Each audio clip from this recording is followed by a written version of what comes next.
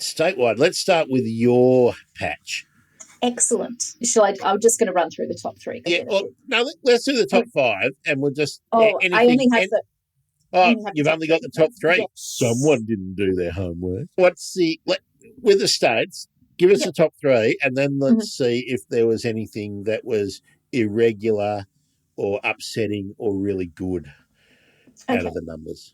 So the top three for WA in order were New Holland Honeyeater, Rainbow Lorikeet, and Galah.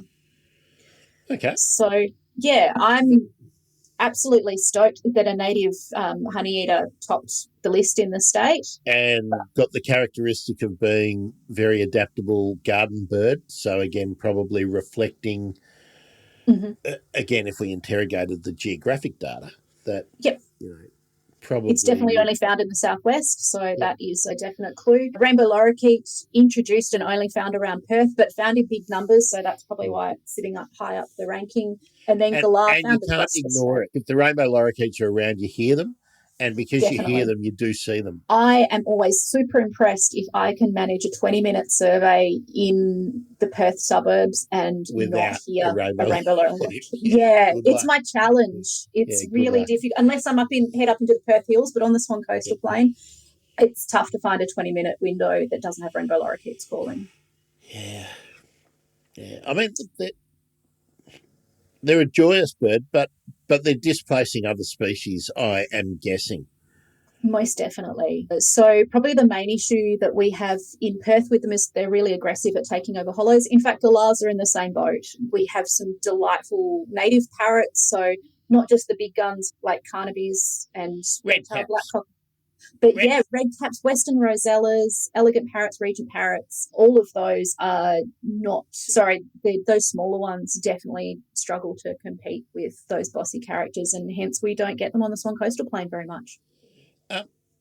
When, again, probably testing your memory, but when did the galah start to become common? Do you know when it was introduced?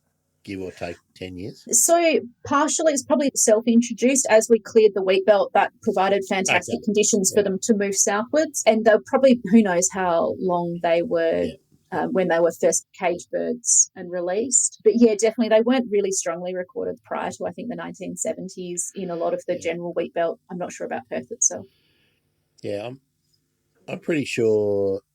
Again, it's only memory of a kid going back to, again, the time of the conquistadors. I'm pretty sure my Slater guide had them not occurring in Perth. I'm pretty sure that Matt said wheat belt, that the Great Western sort of area was as far as they got. They were always thought of as being an inland bird. When I was a kid, they weren't common in Melbourne. You didn't see flocks of them in Melbourne often. So, they've done really well. Smart birds, adaptable. Definitely, And they're probably the thing that they do along with rainbow lorikeets is that they will not only will they use a tree hollow for breeding, but they'll keep other birds from using it at other times of year. And so that really gives them a bit of an extra edge, unfortunately. Dibs. I got dibs on that hollow. It's not the way it should work. Okay, we haven't talked about Tasmania at all, Tegan. Have you got Tassie there? I do. They, unfortunately, have, despite having some amazing endemics and just some fantastic sort of seasonal visitors, the top three for Tassie were all non-native species. So that was one of the... so top of the list was house sparrow. So we were talking about that before as potentially being on the decline. Apparently still doing really well across Tassie. But yes, common starling came in second and then blackbird was the third. Yeah. Gee, no yellow-throated honeyeaters. That's a bit of a bugger. No yellow wattlebirds. No, none of them. But that being said, again, birds in flocks. Yep, people notice them. Well, let's see how we go with... Let's do Canberra next. I want to see if we get a wattlebird in there. Not this year. Not last year. The top three for the ACT last year were Australian sulphur-crested cockatoo and crested pigeon. Well, crested pigeons have exploded where I live. Mhm. So Yeah. I'm not surprised.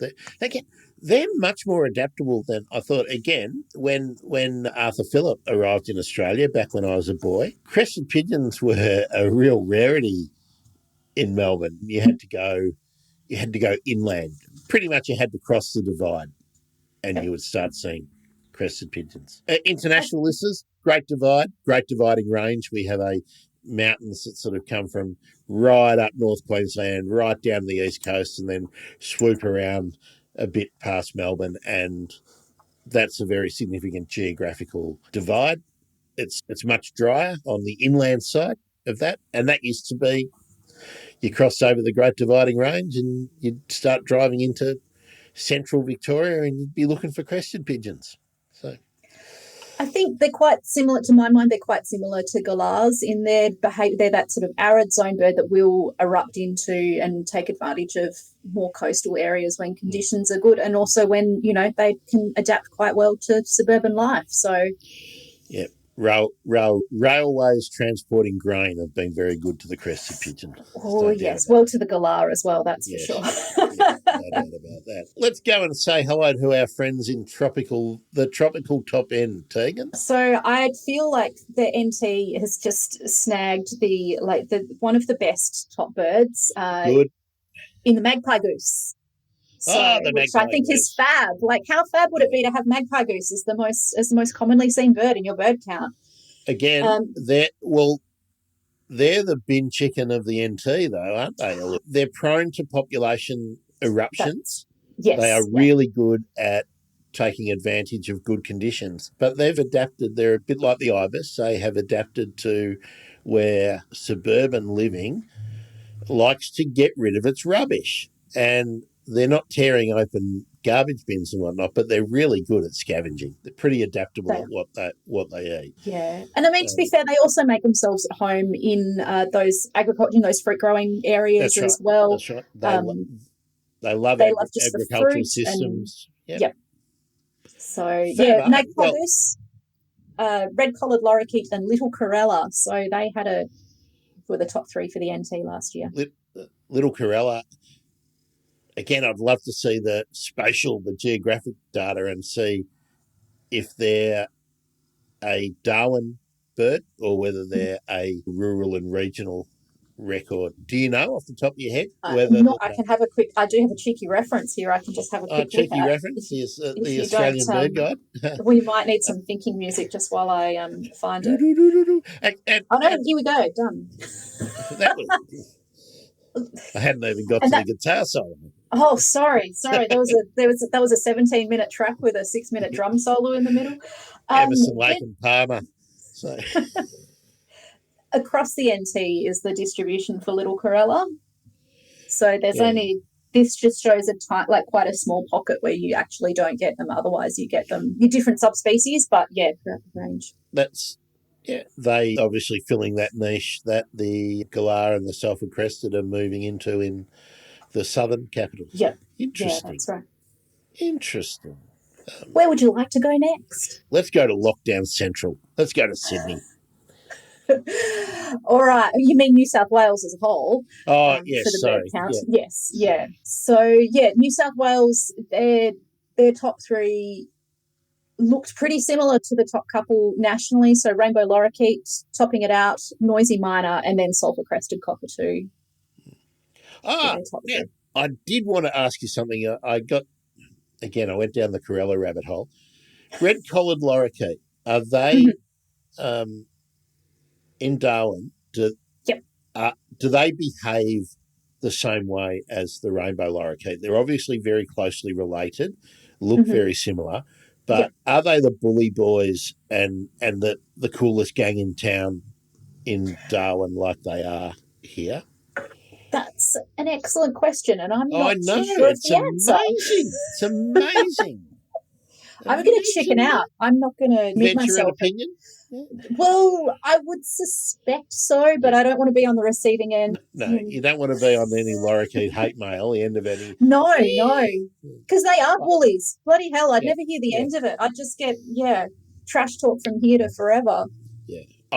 Look, I'm going to go out there on a limb and say I suspect that they're occupying the same ecological niche, and that I haven't seen them in flocks. I don't know, but I'm guessing in an urban setting they probably are doing exactly the same thing. If the rainbow lorikeet isn't up there displacing them, they must be pretty good at pushing back. That's what I think too.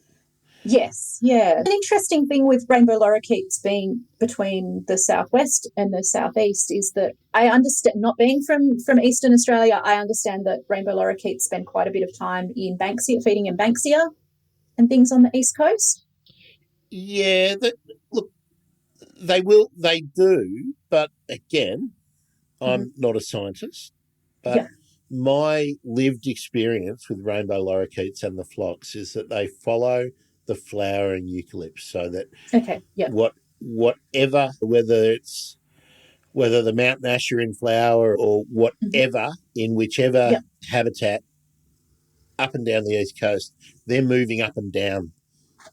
We do have resident populations which have adapted to the fact that we are planting street trees like around here, eucalyptus or Corymbia maculata and citriodora and the ironbarks are street trees around here. So there's food for them all year, but the massive flocks, which we see, I see them in summer when there are more things in flower. I think they're adaptable enough to be using obviously there's melaleucas and whatnot too, paperbarks, and so they're super adaptable. They will sit on your Banksia cones and whatnot, but that's wattlebird territory usually, honeyeater territory. It's interesting in WA.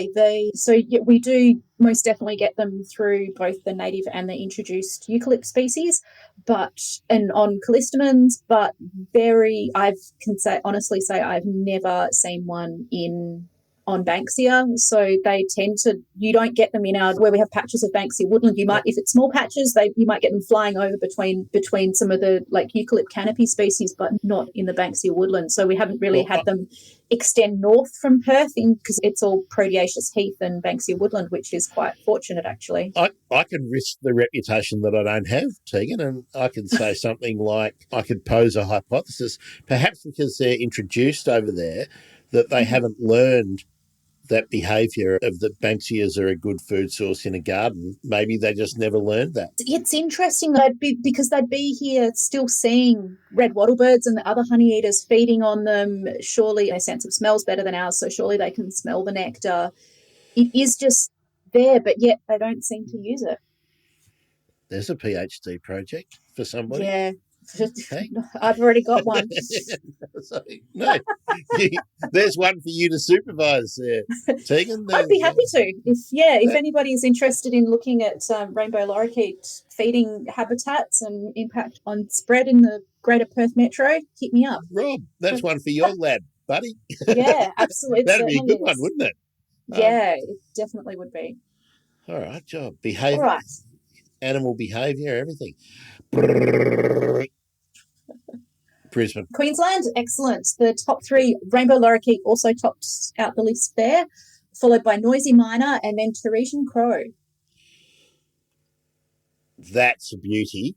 That's an absolute beauty. And the reason I say that is I reckon most people would just go, that's a crow. That's a crow. No, it's a raven. Nah, it's a crow, mate. So really hard to identify on a fleeting look. Yes. And for those of us who are lazy birders, sometimes we just go, raven. That'd be a little raven. Okay, so that's not in my go-to.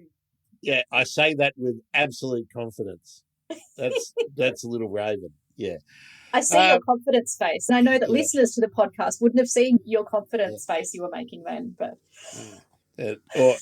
or if you and if you move into the southeast, of Victoria, you go forest raven, forest raven. Yes, they are chunky birds. I like them. But seriously, Tegan, and I know we haven't done a lot of that today. How if you're 400 metres away from a big black bird, Yep. and you're looking at it with your binoculars, Mm-hmm. how often are you going to put your tick down in pen? Depends where I am. But that's playing the probabilities. This is really my point.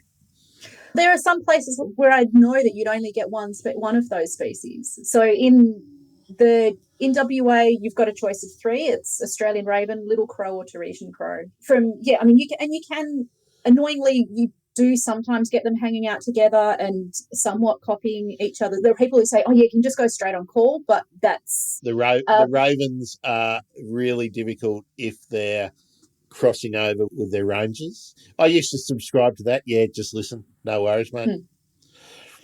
But that being said, you can, for the three that you get in WA, you can separate them out on combination of tail shape and throat hackles if you're lucky enough to see. Well, hackles is the first go-to, isn't it? But yeah. But sometimes they just go, hey. It's a young bird, or the wind's blowing funny, or they're just going to stare straight at you, not showing you side on. They're just sitting there going, hey, have you seen that idiot over there with those binoculars? And then they go, I'm not showing you nothing. I'm not showing you me hackles. I'm not even going to turn around and let you see my tail. I was certainly not flying anywhere. Yeah. So they're really hard. Fair, you can have that problem with identifying corvids. You can also have that problem with identifying honeyeaters or thornbills, particularly at a distance and with less than ideal. Which is why sometimes you mark it down in pencil. That's right. I don't claim any bird that I have not absolutely 100% satisfied myself. Yep. I've got lots of nice ones. Oh, someone's gone past your place in a Harley. That was pretty cool. I live in a great place. Have you got the Midland Highway going by? No, well, I back onto an alleyway. Like I'm next to Main Street, which runs straight towards the city, and back onto an alleyway. So if it's not reversing trucks, then it's motorbikes and pumped up cars making the most of the short distances between streetlights. You're listening to the Bird Emergency Selling Houses Australia edition. I have a lovely neighbourhood. Like I said, Southern Boobook's calling nearby. That's what's not to like about that. That's right. That's a good point we just made about corvids. I think you can have a stab, but it's the honours system, isn't it? When you're ticking your list for the crows and the ravens. And it takes time to get a full sense of the full range of vocals for a species, for example, and behavioural tics and things like that. Yeah, there's nothing wrong with spending more time looking at it and less time trying to convince yourself exactly what you should put down on a piece of paper. I can use my new favourite word. I wonder what the vocal characteristics are in a cline. Thanks, Maggie. I love you, vocals Maggie.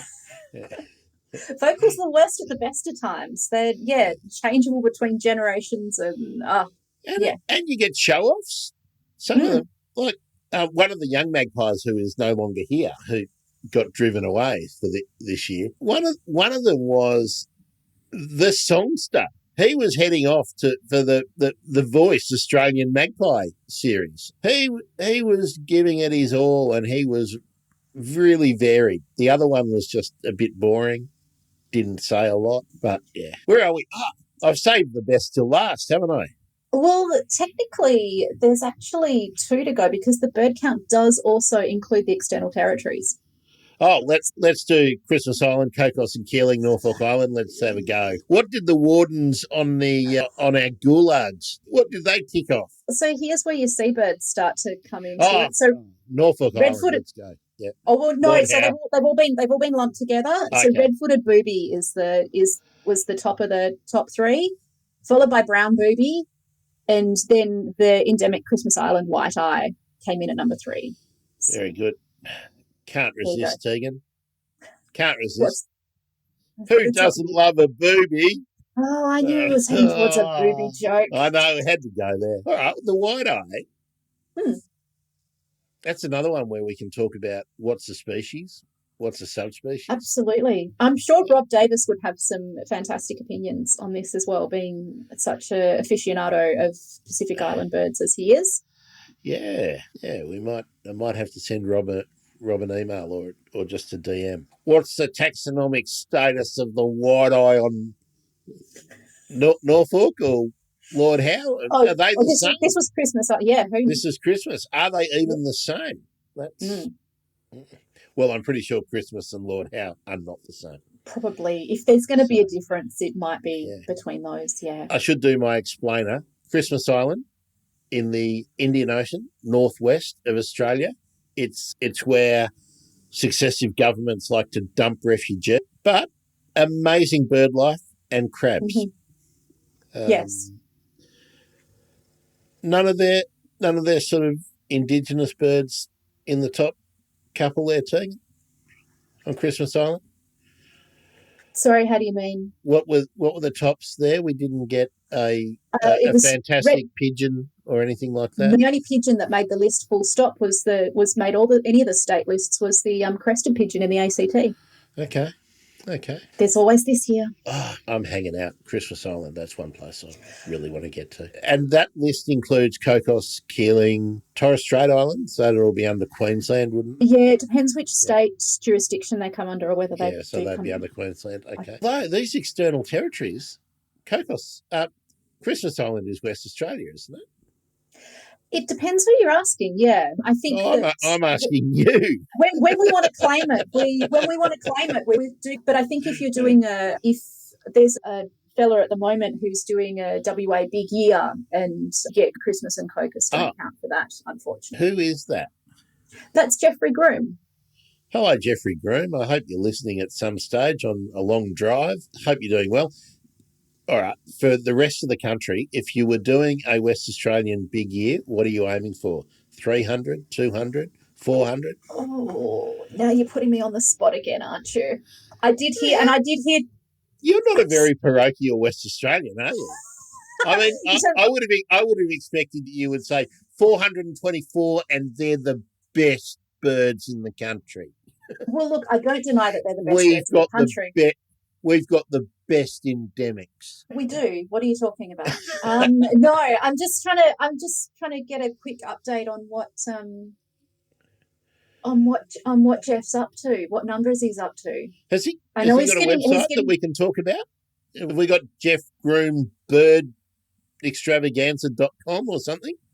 He's definitely on Facebook, and he's a very active member of the WA birding community. Okay. Look him up, Jeff Groom, Facebook, or I'll have a look on Twitter. If I can track him down, I'll put him in the show notes. That'd be cool to follow him around. That'd be cool. And he did an interview with ABC recently as well on his big year. So good. Let's look for that. I'll look for that too. Yeah. So I'll try my best. Yeah. So as of the 3rd of July, he was up to 380 species. That's good. Now it's into the tough territory. It's the travelling long distances for small reward or waiting for some of these. Yeah, some of the migratory, something interesting to come in when all the migratory shorebirds start returning. Or did he start January 1? Was that? He did. Yeah, it's a calendar year. Okay.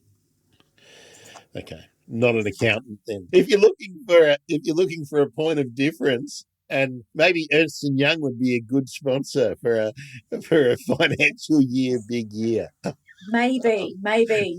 Hit them up and see. I might give that one a run. Yeah. Now, did anyone do the bird count in Antarctica? Not as far as I'm aware. So we haven't got any Australian Antarctic territories in that count. I don't think so. Macquarie? Do we get any Macquaries? No? Oh, not that I don't have access to the full data set for the external territory, so I'm not sure, unfortunately. I know. That's a bit disappointing. No, I'm rubbish. Don't have me on the show. Yeah, definitely. Yeah. I'll see what I can find out for you. We'll have to chase that one up. The random questions I didn't prepare for. Yes. Yeah. Dear listener, as you can tell, I thoroughly give away all the questions I'm going to ask of my guests. So much warning. Absolutely. Did you want to hear what the top three were in delightful Victoria? I do, because I completely. Actually, I want to hear the territory ones again, because I forgot the external territories. External territories. Yep. Number 1, red-footed booby. 2, brown booby. Brown booby. And then Christmas Island white-eye. I just wanted you to say booby again. And you got it out of me twice. I did. All right, we're back into Victoria, my home ground. Indeed. So, top of the list in Victoria last year was rainbow lorikeet. Possibly unsurprising. Yep. Second in the list, maybe also unsurprising, Australian magpie. I imagine that's because everyone knows them and everybody sees them. Yes. Yep. And then coming in third, noisy myna. Noisy myna, again, everybody sees them because of the way they hang out. Yep. And so, really surprised we didn't see a wattle bird anywhere. So that surprises me. Yeah, it's been so. In previous years, the wattlebird has made the top 10, and it definitely was in the top 10 nationally in 2008. You could say booted out by the ibis, but to start some controversy. But I'm pretty sure it made some top 3 lists from last year. Let me just have a quick look. And that would be a fib. Yeah. Around here, I have red wattlebirds and little wattlebirds, both really active around the gardens and whatnot, and in the park. Yep. I tested this myself in my highly non-scientific manner. I thought that the red wattlebird was probably more numerous, but no. I think the little wattlebird is more numerous. The red wattlebird is just the one because it is protecting the trees that it likes. It drives. So I see it all the time doing stuff. But the little wattlebirds are up high in the bigger trees. The red wattlebird is hanging around in the lower trees, more at my eye level or that I can see with the naked eye. Yeah. Now, again, I've applied my scientific method to that. Yep. But, yeah, I think the little wattlebird around here is more numerous, but not more seeable, for want of a much better scientific term. Yeah, so comparatively, so in WA it's been split, so it's the western we get red wattlebirds and we get western wattlebirds, but western wattlebirds are much less numerous. They tend to be a little bit more mobile. They tend to be following the blossom a bit more. So yeah, they're seasonal visitors to people with native gardens, but yeah, otherwise, whereas red wattlebirds tend to be permanent residents. And then again, for people like me who were born in the Industrial Revolution, brush wattlebird is the old name, I think, for the western wattlebird, isn't it? Which is the little one. It used to be called the little. It used to be considered little wattlebird. I think we used to have little and brush, I think was how I knew them. But common names, they suck. So, they do. They suck. But the proper names, they're too hard to say. So common names it is. So, look, common names are one of the things that make things like the Aussie Bird Count accessible to everybody. So there you go. That's right. And look, most people my age, Tegan, not young. What age would that be? 23? I was building aqueducts in Rome. Archaeopteryx. I think we all learned that one. We all know how to say that one. That's true. That's true. Kids have a lot of patience for things like that, though. Tyto's a good one. Oh, yes. Yeah. Yeah, Tyto's a good one. Laris. I'm a big fan of Laris and Sterna. Oh, yes. I don't like going too far after that. That's another good one. Oh, Turnix. Oh, yes. Yeah. Coturnix. Yeah, Coturnix. Gee, see, people start making it hard. They start doing revisions. What are you scientists up to? Bloody doing revisions, splitting things off. You and your Kleins. Keeping ourselves in work. That's what we're up to. Well, we're keeping ourselves amused. To be fair, one of the really nice things about the Aussie Bird Count app is that it will also include some of those names that we know birds by that aren't their actual, like their accepted common names. So if you search seagull instead of silver gull, then It silver comes gull up. will come up. Yeah, if you search mudlark or peewee, you'll be able to find magpie lark, those sorts of things, which, help make it really easy. Down with gatekeeping. Yep, down with gatekeeping. But we do like controversy. We do like controversy, so let's settle that argument. Is it a mudlark? Or a peewit, or a peewee, or a magpie? The accepted common name is magpie lark, but that being said, language is fantastic. So if somebody says one of those other names, you still know what they mean, right? There's no need Hang on. Accepted by who? As with these things, there is a committee. Yeah, there's always a committee. But it's not like botany where you go back to the first pressed specimen. Or actually, let's go down that rabbit hole. Is that how we determine which common name is the common name we use? Is it the first one that was given? How do we determine that? Yeah, that's definitely the case for the scientific names, but not for common names. So who's on this committee? It's above my pay grade, Grant. Who's on this committee? I don't think there is a pay grade. I want a word. I want a word with this committee.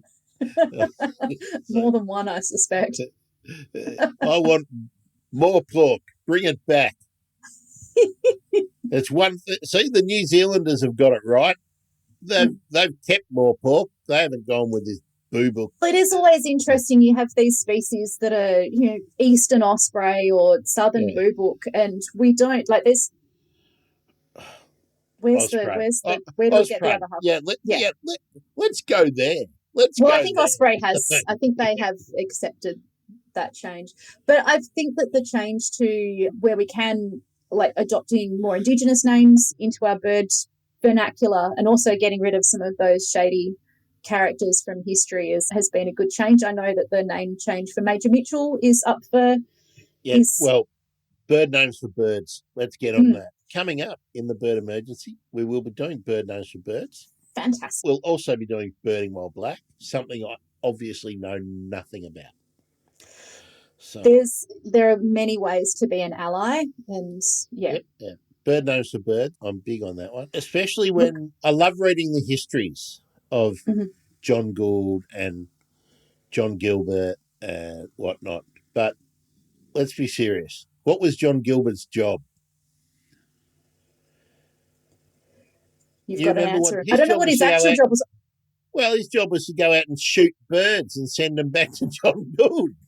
So, hey, now that's how things were done back then. But I'm not too sure we should be celebrating that. And Gilbert's Whistler, the ones he didn't kill. Look, saying. I'm not saying anything. I'm just saying. Shotgun ornithology is a whole different thing. Yeah, look, it had to be done. It had to be done to. Did it have to be done? I'm not. Yeah.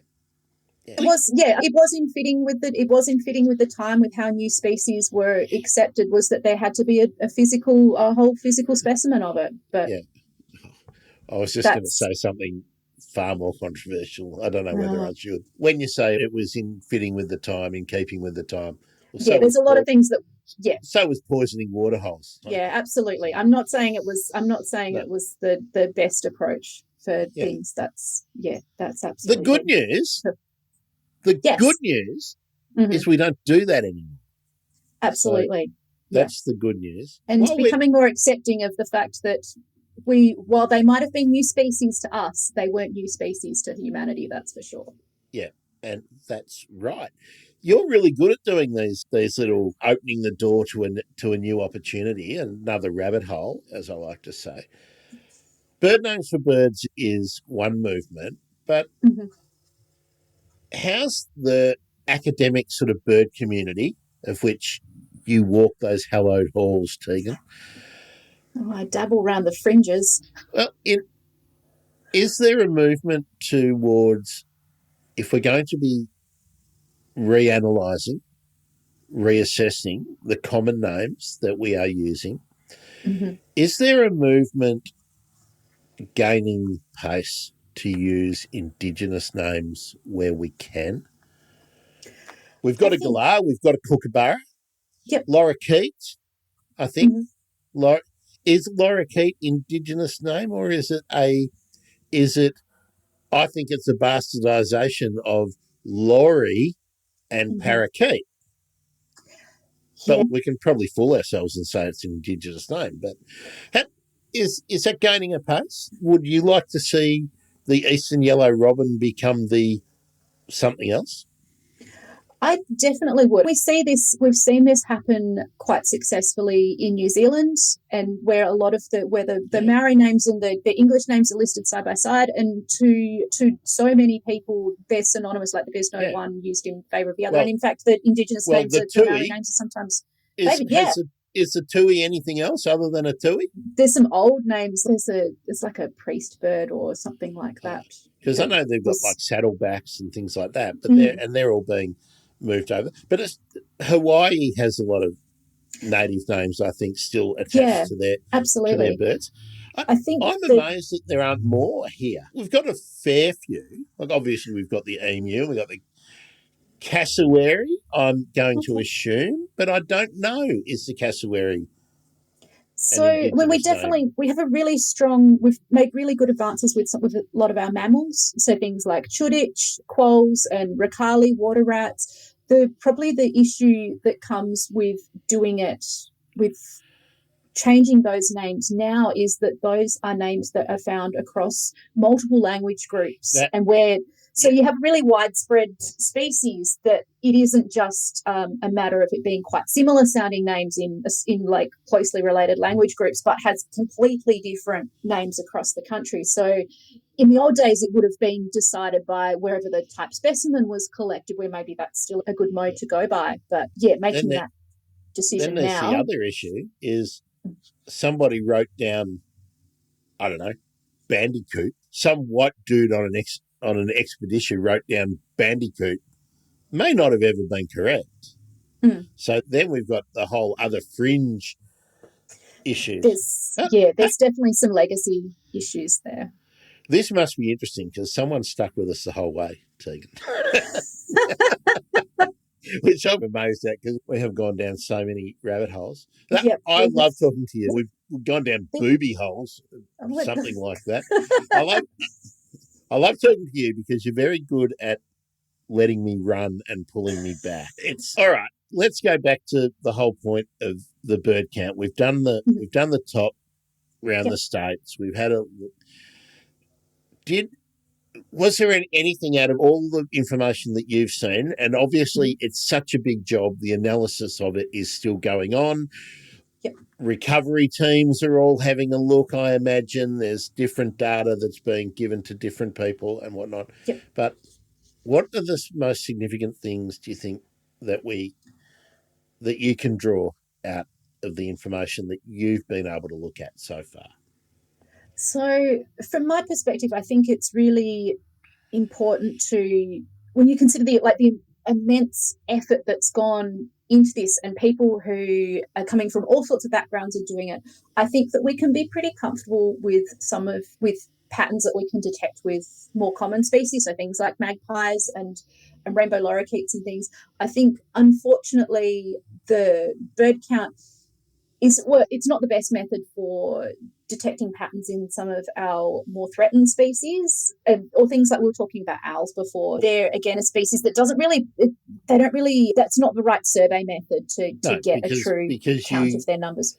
Because, well, it's quite possible that I've got half a dozen barn owls living around near me, but I've only ever seen one. And I only ever saw one fly past the spot. Yep.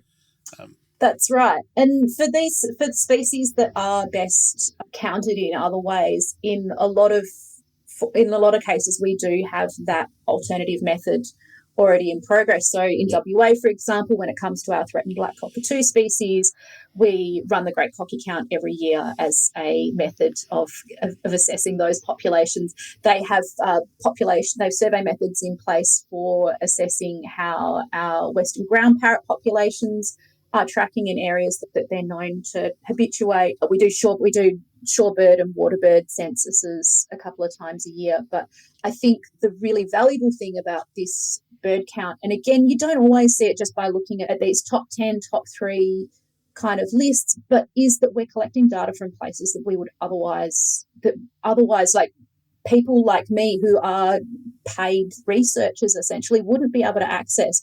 The birds that you see in your backyard are not going to be able to be recorded by anybody else except you. That makes that data extremely valuable. And so the better that people, and I think people are getting better as the years go by, the people that do come back and do the bird count each year, in between counts, they are looking more at their birds and getting to know them. That's right. And it's a gateway drug. Oh, birds are a gateway drug. Absolutely. And I think, we're just going to be getting better and better information out of this as the years go by, definitely. And so to the point where hopefully it's not just our top, the most common species, our really readily identifiable species that we can tell more about, but we can also tell more about some of our less common species as well. Yeah, that's where the data is really valuable from a management point of view, isn't it?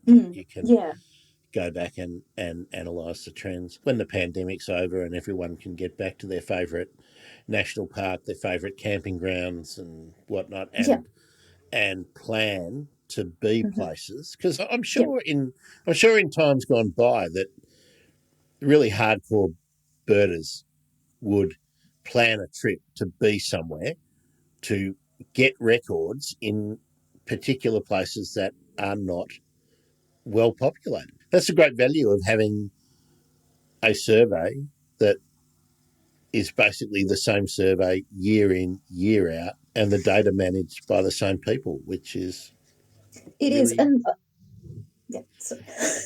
as I say, the nice thing about it as well is that this is the very community focused, engaging the public, bright and shiny, once a year activity that we do to census birds. But at BirdLife, we're encouraging people to be recording birds every day of the year. That's obviously a little bit more of a difficult ask to get people involved with off the bat. So hence the Aussie Bird Count is a great hook. It is a great gateway drug into the deep and dark world of bird surveying. But for people who can go from doing this 1 week a year to doing seasonal surveys of birds in their backyard, to maybe joining a team that is going out and surveying an area for wetland birds or surveying shorebirds, or heading into their local woodland patches and reserves surveying birds. It's a great way to get involved and to be contributing that data year round that helps really fill out the picture of what's up with our birds.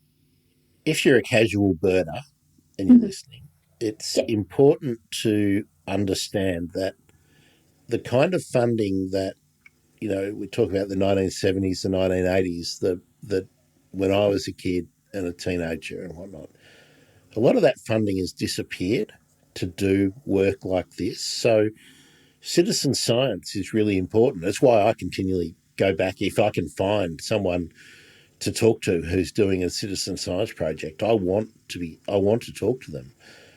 Because this is how all of the decision makers are getting reliable information, because there's not a lot of funding for anyone to go and check out lorikeets, is there? Definitely not. Because they're not about to disappear, so they don't get priority. So citizen science is really important. The bird count's really important. And, hey, people like you working at BirdLife, you're really important too, Tegan. Oh, thank you. I think people like you that are spreading the word about all these things are equally great. Well, bird nerds are important. We're all important. Get yourself your binoculars, whether you're doing it with a pen and paper or whether you're downloading the app. You have to be either downloading the app or logging on to the website to enter your data. It's really easy to do. And you can definitely, like I said, the Bird ID feature is there ahead of time, so you're more than welcome to use that to get familiar with the birds that are in your space. But the count itself is from the 18th to the 24th of October this year. And while I don't want to be drawing away from the app, which of course I'll put a link to in the show notes, check out eBird, check out iNaturalist. Depending on where you are in the world, check out Merlin. There's wherever you are, get involved, have a look at what's around you. And if you're into fungi, or if you're into mosses, or if you're into frogs, or if you're into lizards, there's similar apps, there's similar programs, there's similar things, activities that are out there all over the world. So get involved, because you make a difference, don't you, Tegan? This little bit of data combined with your neighbour's little bit of data and the people on the other coastline and their little bit of data, it helps proper scientists like you. It certainly does. And decisions. It is proper science. This citizen science is proper science. You're contributing data that can't be collected any other way. There is no way that paid professional researchers could scour the places that the everyday people who are passionate about their birds can cover. We've got a wonderful community out there, so it's fantastic seeing people taking the time out to contribute their time and their effort, and making it as a reason, when we're able to, making it as a reason to visit somewhere that they haven't been able to visit for a while, or a favourite childhood bushland patch or family holiday destination or whatever, and recording the birds there. So get yourself a pair of binoculars, and Tegan's just told you it's proper science. You can get yourself a white coat as well if you want. Yep. There's well, to be fair, there's no uniform for bird watching. Yeah, there is in England. I think you have to have an anorak, don't you? In England, yeah. Yeah. Although that means you're either a twitcher or a shooter.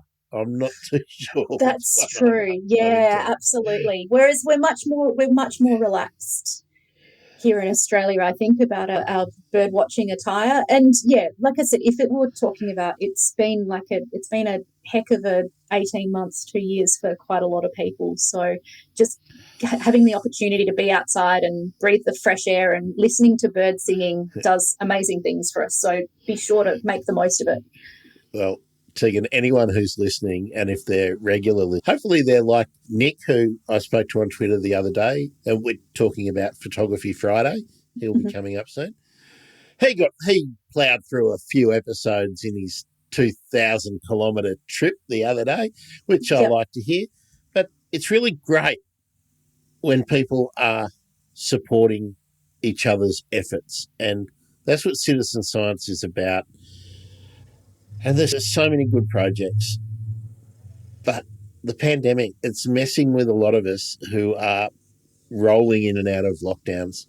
We're not being able to get outside. So go and do the work that a lot of us can't go and do at the moment.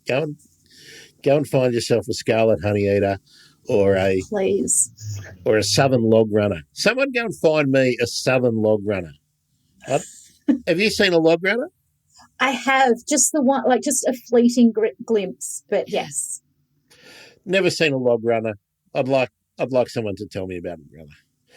What's the date, Tegan, for the bird count? Let's get there. What have they got to look out for? They got to go to which website? Yep. The National Bird Week this year is the 18th to the 24th of October 2021. The website where you can enter your sightings or find out more about the count is www.aussiebirdcount.com.au.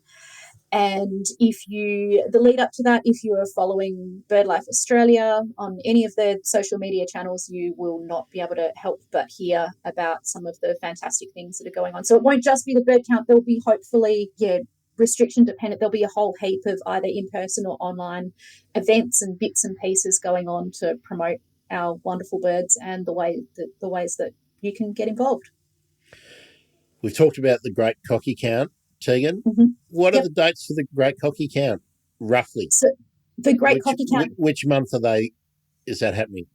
It's usually late March or early April in southwest WA. There are a few other counts, a few other great fauna counts that go on as well. I know there's been a pelican count. There's a white bird count that counts ibis and corella and sulphur-crested cockatoo on the eastern seaboard in the past. And there are also some counts for southeastern red-tailed black cockatoos happening at different times as well. Yeah. So just put the great cocky count on your calendar if you're in WA. Get involved. I think the white bird count, that's like the wing tags and big city birds That's projects. right. John Martin runs that. So we'll publicise that as much as we can. I hope Tassie does something. I hope Tassie are doing something. They did do a wedge-tailed eagle count. Oh, of course, they do wedgie. Of course, that's right. We've featured that. Hello, Claire. How are you, Claire? Where did I hear about that count? It was. Of course. Where did you hear about that? Claire's been on twice. We did review, and we will obviously do. I'll stick with that. That's a great project. Where we're wedgie in Tasmania, but I just wondered whether there was a more general statewide count, because of course Tassie is very parochial, like you lot over in the west, but much smaller, and you can get around it. You can almost do a race or something. We could do a rally, a bird rally. Could do lots of things. I think that nationwide the Twitchathon is not going to be happening in the same way that it has in previous years, unfortunately. But yeah, hopefully it'll return soon. It'll enable all states to line up against each other and go and competitively race around the countryside finding birds. Now, Tegan, I don't want to let the cat out of the bag yet, but you and I were talking about a new potential competitive outlet for birders too that might be coming up. So just look out for that one. Definitely. We're planning it, and it's not a Twitchathon, so it's something different, but you'll be able to compete against other birders. So that's what we want. I want a cup. I want to win a cup. So, or at very least, I want a ribbon. So definitely. Hey, Tegan, guess what? What? We've cracked 2 hours, mate. Oh my goodness. Look, hey, if you're still listening, if you haven't fast forwarded it, if you didn't fast forward, you heard all the jokes. Such as they are. yeah, such as they are. Tegan, I love talking to you, and I know I've had some comments. People love it when you're on the show. So Thanks. You'll be a victim again. Don't you worry. Worry. More than happy to come and natter about birds anytime people like, Grant. You know that. What should we talk about next for Western Australia? Because that's your patch. I don't want to tread on other people. We haven't really talked about stuff up in the north. Maybe we could come up with an idea for something in the steamy tropics. Where it's hard for people to go, but there is a great observatory up at Broome. There is plenty of people. Yeah, Broome is a fantastic spot, not just for the bird observatory. It has an amazing bushbird selection up there, but it's right on the edge of Roebuck Bay and not that far from 80 Mile Beach, so it is one of the shorebird watching meccas of the world. It's a phenomenon to be able to see that many migratory shorebirds all arrive from looking freshly worn after migration from the Arctic or fattening up over wintering, changing colour as they're about to fly off. There's so much potential to talk about the wonder of shorebirds and what makes the Broome area so special for them. For international listeners, Western Australia's big, like really big. And I don't know, I think there's 200 odd countries in the world, I think. I reckon you could probably fit 70 or 80 of them into the area of Western Australia. It's massive. So when we talk about Perth, which is where you're at, Tegan, yep, that's a tiny little slice. It sure is. We've hardly talked deserts. We haven't talked deserts. No. We haven't. No. So haven't talked the like Pilbara Gorge country or there's we'll get there, dear listener. I should also say, well, always up for suggestions. If there's something you want to know about, just let me know. And the easy way to do that is at Bird Emergency.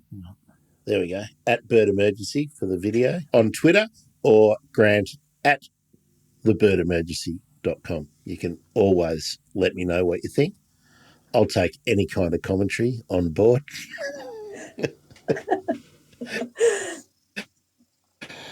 BirdlifeAustralia.org.au. It's just birdlife.org.au, isn't it? Are you going to give out your Twitter handle, Tegan?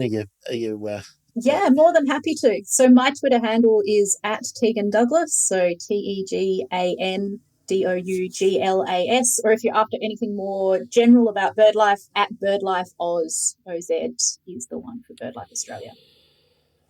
Just a news alert came up on my phone, Tegan. Uh-oh.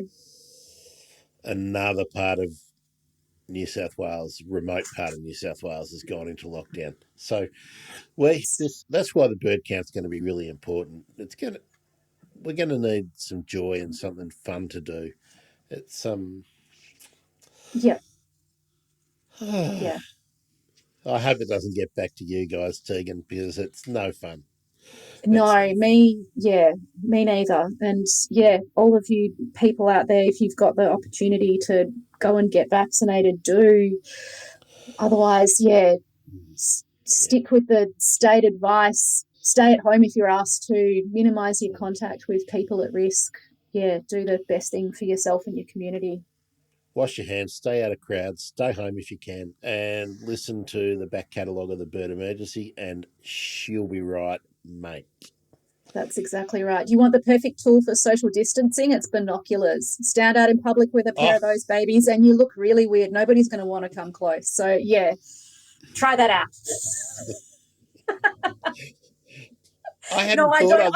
I'm not that sort of doctor. I don't give public health advice. I'm sorry, Grant. Tegan, I didn't realise why people were not coming and talking to me at the supermarket. It's my binoculars. Dear. Actually, I'm in the market for a new pair. I'm in the market for a lightweight, groovy pair. But I reckon Twitter would be able to offer up some suggestions on that front. But I reckon, I'm getting a lot of opinions. But Twitter's full of that. Yeah, I'm getting a lot of opinions. Yeah, you know what I'd really love, Tegan? What's that? A free pair. Am I allowed to say that? It's your podcast. You can say what you want. That's one of the other things about the Aussie Bird Count is there's usually prizes involved. There's prizes. Well. Yeah. Yeah. Okay. So and one of the prizes is we usually manage to get sponsorship from Swarovski. So there's usually a fantastic pair of Swarovski binoculars, as well as some other. I think last year they had some beautiful prints from Egg Picnic, and all sorts of things happening. So yet another reason to get involved. I might have to say Swarovski a bit more often in my podcast.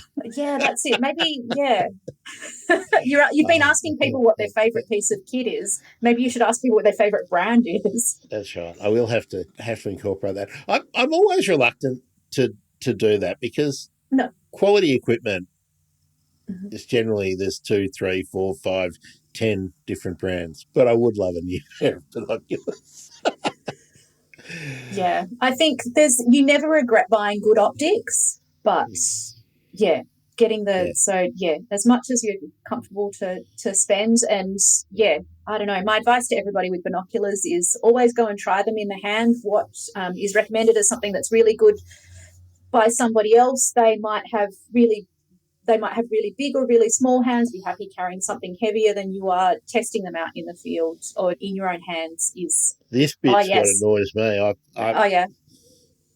My pair are not comfortable to use, and I didn't find that out until after I'd used them about 4 or 5 times. And then you're stuck with them. You're stuck with them because no one wants your cast-off binoculars. Go, what's wrong with them? What's wrong? Why are you giving a good pair of binoculars away? What's wrong with them? Yeah. So... Yep. Ergonomics, a good pair that's comfortable to use for long periods of time are an absolute treat. They're starting to market them in fashion colours, Tegan. Oh yeah, I've been seeing that. You want them black or green, like colors you're gonna lose them. They're the only colors you should get. None of this like bright orange and pink The and mauve purple ones and are stuff. pretty fetching. Yeah, Oh, I like that. Does Swarovski make them in purple? I wonder. I don't know. I don't know. They definitely make them in orange. I've seen some orange ones, and they do some Ah, like sand colored ones as well. But oh, I don't know. Swarovski sand. Wow. Mm. I'm not even on Swarovski commission. Swarovski optical orange. I don't know. It's amazing. All right, look, we've been enough. I've been a sellout for a shill enough now. Look, thanks so much to someone stuck with us all the way. Good I on you. love, and I must say, I love it. Sorry, audio listeners, we always do the video live. Um, I generally make it a public link so people can stumble upon us. I love it when they do, and I love watching to see if people stick with us the whole way. Bird nerds like listening to bird stuff. I don't know if you know that, Tegan, and I do. they will I like listen listening to to a bird lot. nerd stuff. Tegan, would you like to know what's coming up soon on the bird emergency? I'm not committing to putting them out in this order. I most definitely would. I want to know what I'm up for listening to. I can't wait. Okay, tell me one word that describes the Carolina parakeet, Tegan. Dead. Exactly. I would have accepted extinct, but dead is perfectly acceptable. Yes, I did speak to the marvellous Kevin Burgio about the Carolina parakeet, so that's coming up. Oh, it's going to Seabird be super. soundscapes. Seabird soundscapes. Yet another citizen science project where you can listen to a library of several thousand seabird recordings and help do the work to catalogue them as part of a global project, but based out of London. Wimbrels in Iceland, the flyway that. As if Wimbrels weren't cool enough at home, but That's right. Wimbrels in Iceland. Well, of course, listeners to the show will know that I love curlews. Wimbrels are just cool curlews, other curlews, Yeah, non-conforming curlews.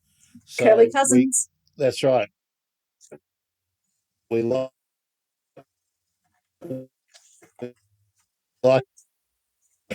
rebel. And what else? The flyway, the Middle Eastern flyway that it's through Istra. Wow. So we're going to learn about that migratory pathway. We've talked a lot about the East Aid. What's your dog doing there? Oh, he's just hanging around, getting in the way. He says it's time for a walk. I am having Hello, trouble can you hear hearing me you, all right, Tegan? actually. Oh, he's just hanging around. You looking.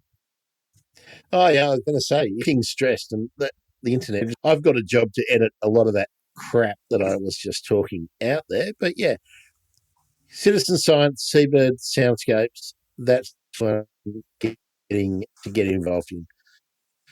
Tegan Douglas, what I always fail to write this down. What's your actual title? Oh, So I love my it. Oh, job type. she's totally dropped out. No, I'm still here. Can you No, hear no, me? you're back. Okay, go, go. Okay, good. Oh, Let's before oh it yeah, drops I out. can hear I'm you. I thought you couldn't hear me. Yeah, for a little while. My job title is WA Citizen Science Project Coordinator at BirdLife Australia. there we go. See, the world is amazing.